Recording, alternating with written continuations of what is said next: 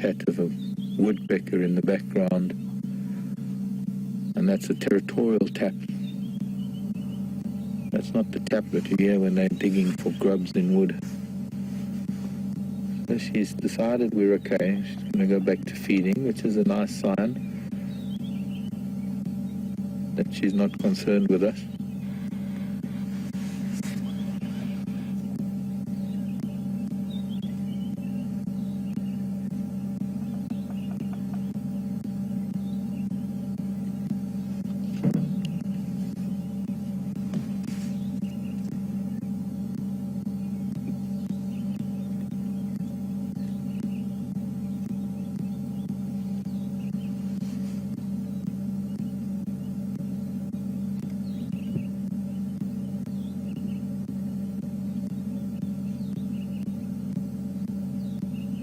Long eyelash as well.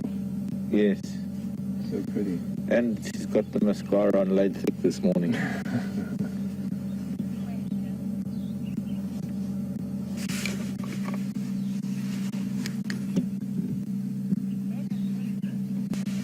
Morning, Ben. Ben's from Texas. Middle of the night in Texas. Ben was asking, what does a giraffe do to protect itself from the thorns while it's feeding? And I mentioned that she's darker than normal. I don't really mean she's darker than normal.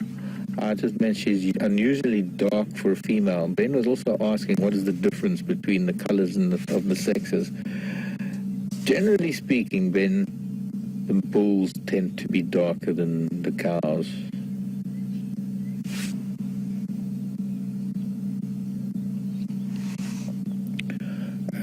It doesn't mean that you can't get darker females, and she's a perfect example of a relatively dark female. Also, females tend to lighten with age as bulls tend to darken with age, but it's not a hard and fast rule, and a lot of it has got to do with genetics. And very much like some of us have dark hair and some of us have lighter hair, giraffe have a variety of different shades of color, from this deep chocolate to sort of very, very pale, almost reddish, strawberry reddish, to tan color. I hope we get to see more giraffe and get an idea of some of the different shades of color. Excuse me, that you can see them in. As for the thorns, well,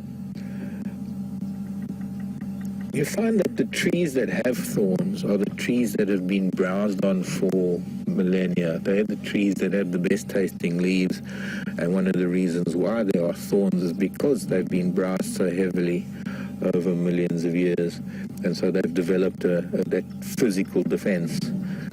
But nature isn't a very static environment. Everything has to adapt to changes, and pretty much change is dictated by differences in climate from decade or century to century. And so everything has to adapt to changes. So when trees that were browsed on, when they started developing thorns, or when their leaves started turning sharp because it was an effort to distract, or rather discourage, animals from feeding too much, the animals themselves had to adapt to that. So their mouth parts and their bodies adapted to be able to deal with the thorns. A giraffe has got a very, very thick tongue.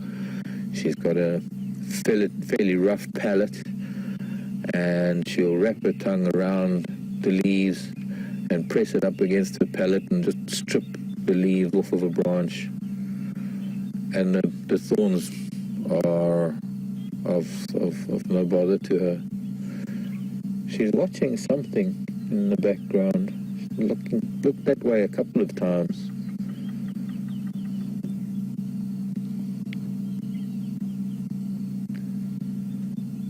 Now, since their heads are mostly above the trees and they're able to see a lot further, You'll notice how white they are on the back of the head, the back of the ears, and that is to have, so that that white stands out when they are moving about. They can see another giraffe long way away with its head in the bush feeding.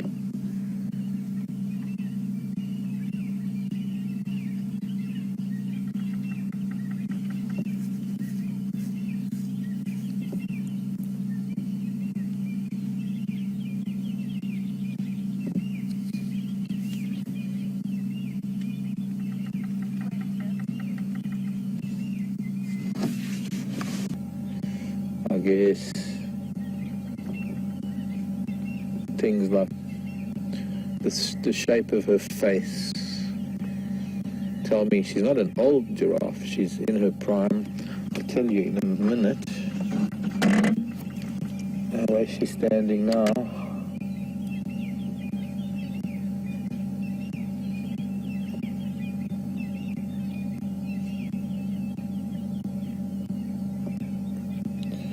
She's not lactating, but she has, I think.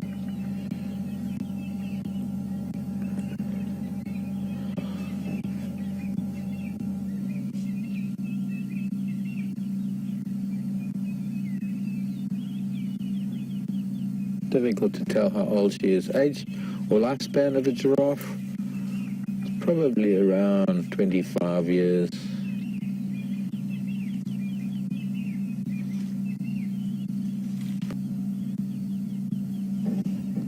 Beautiful light in her eyes when she looks in the right direction.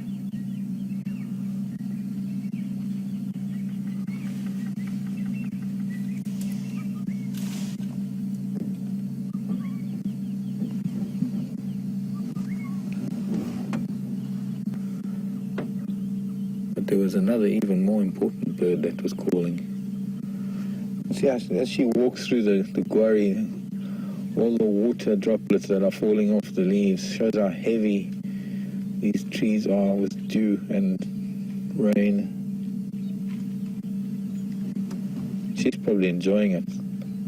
Why she's brushing against the bushes like that. They come and eat some buffalo thorn.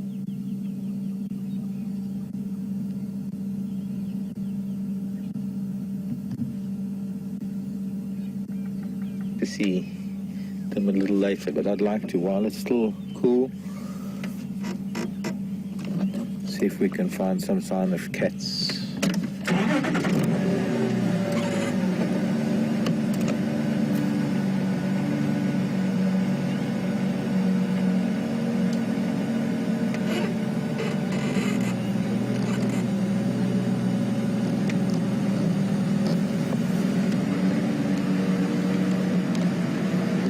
Later, Mr. Gnu. This is the brindled gnu. And it's in this light that you see the brindle stripe patterns. Actually, that is nice side lighting on him. You can see a monarch flittering around too at the moment.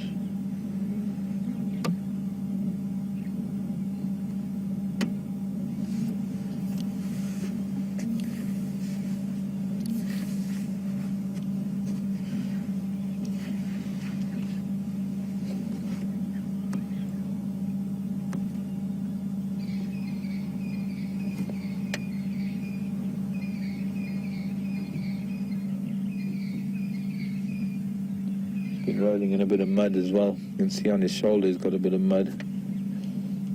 And I think all he's really interested in right now is seeing off arrival. Because he's already content that these ladies are going to be here for a bit. But he can't afford another rival wildebeest to come in and shatter his domain.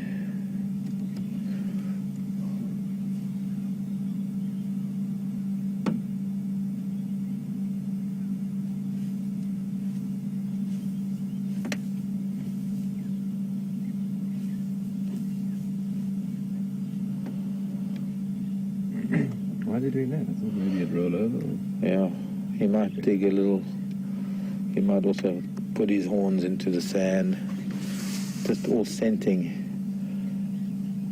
making this his territory. We'll be noticing some places where he's rubbing his horns on the trees. But he's getting his scent around him, and he's getting his surroundings, the scent on him. Yep. Not quite. Maybe he just wants to sit down. Not even going to roll.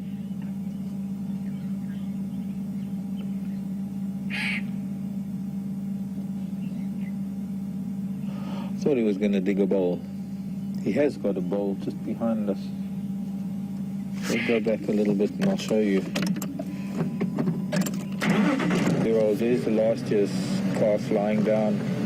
There's another 2 lying down. This is a considerable group of wildebeest for this part of the world.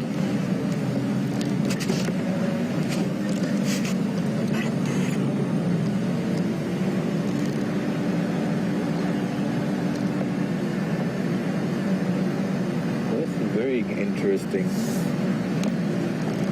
There are several herds here. This is a group on its own. I think this is probably the original group that we had that was part of Brian's mom group, and there's a second group that's coming in. Oh, that's nasty. Chasing a child. 3 little ones left in this group by the looks of things.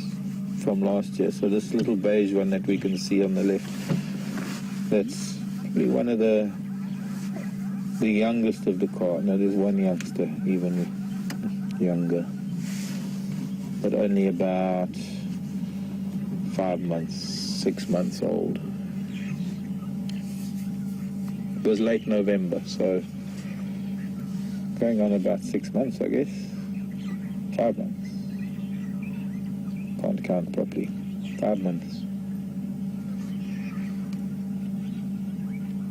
It's like a herd of lawnmowers approaching us. Yes. We have a wall of wildebeest approaching. If they stampede now, they'll run right. No, they won't.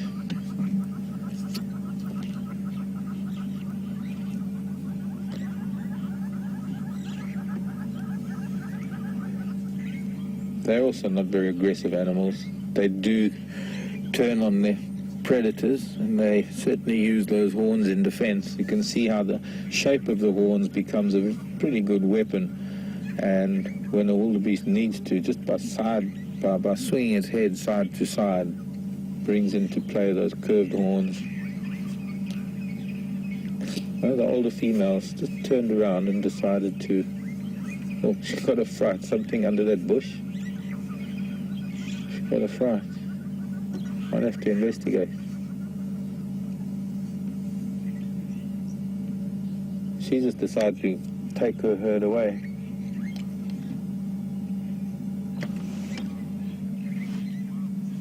Another group sort of following. I don't know how to explain this. Just a couple of family groups all coming together.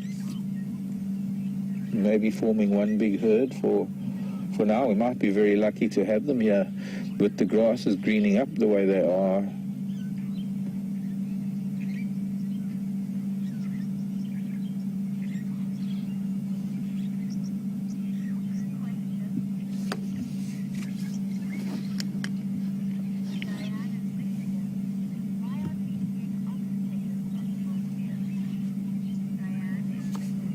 Diane in Michigan, why aren't we seeing oxpeckers on the wildebeest? I can hear oxpeckers in the trees, Diane.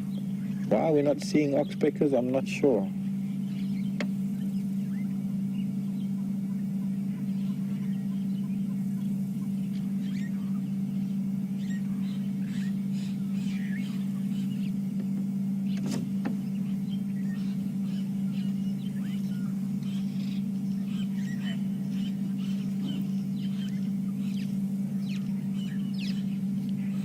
Maybe oxpeckers are sitting warming up in the sun. ground behind the front group of wildebeest. Very healthy termite mound, and to some degree, because of the action of the termites and I suppose the nutrients that they produce for the soil, makes for very healthy grassland in the area in the vicinity of termite mounds. Aerating, just the very presence of termites and what they do, breaking down dead wood and having trace elements returned to the soil, means they are a very important part of the ecosystem.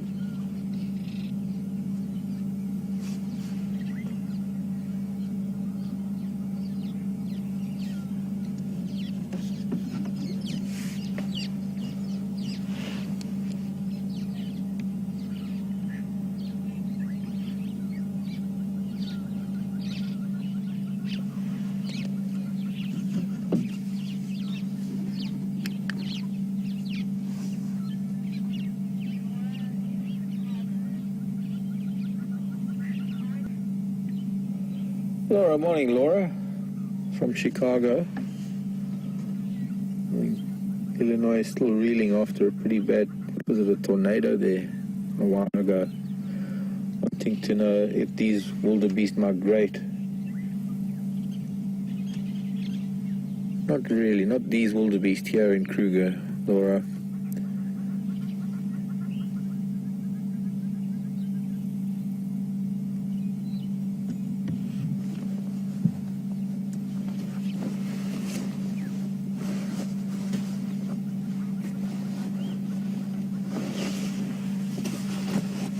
These ones don't migrate.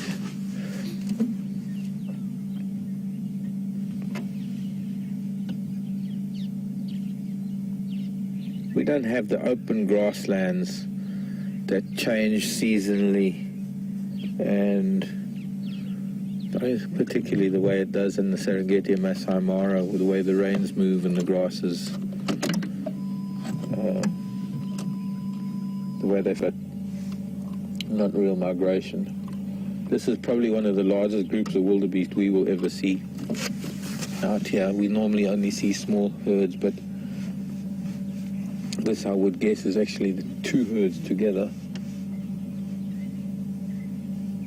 And it's fairly large for this terrain, for this habitat type. They are mostly they're mostly out in the open areas, especially. They need to be at night, so they might be grazing in the bushy areas amongst the trees during the day. That's particularly also because of the heat and the shade that they get from it. They get the grazing between the trees. But when it comes to nightfall, they like to be out in the open. It's safer for them. They can run away from predators better. So it's not that usual for them to accumulate like this.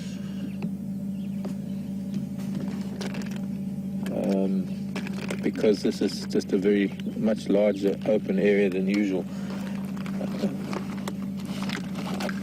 A group like this in thicker bush would be quite vulnerable to predation by lion or hyena, because, well, the thicker bush, things make a noise, it's harder to keep in contact with each other.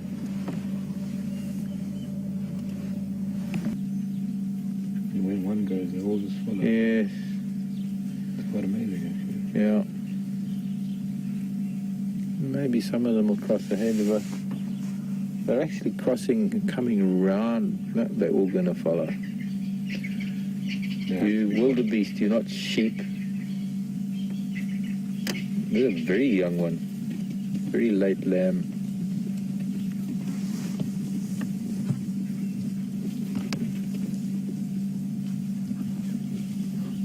They actually come behind us and up to the side of us.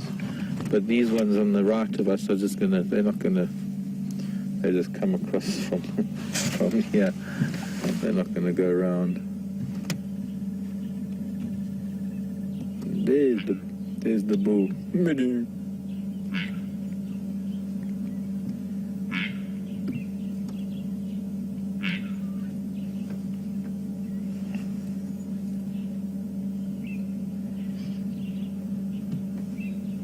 almost pleading with them to come back. And they want to go down to the water. I think I wonder if he's going to try and herd them. Well, he's just keeping to the edge of his bowl, keeping them in sight, perhaps.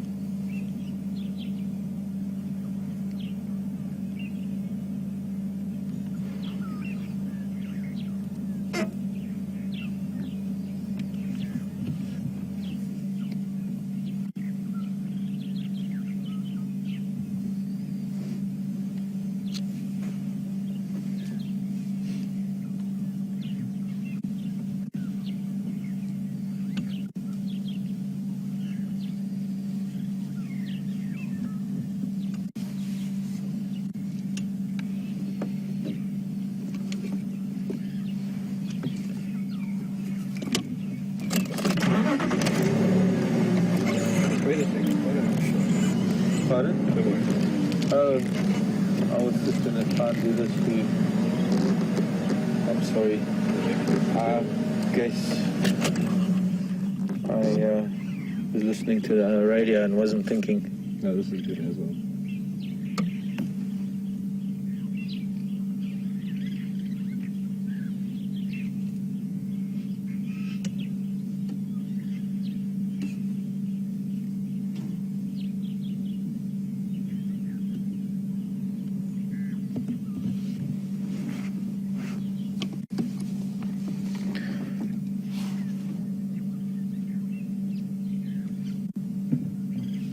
Tex, I'm coming. Tex, I'm at Gary Dam. I'm going to make my way down there.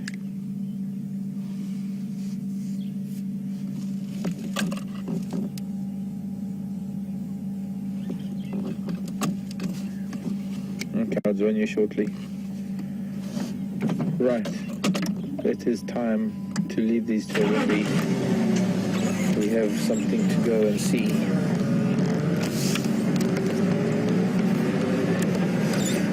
Something very exciting, I hope.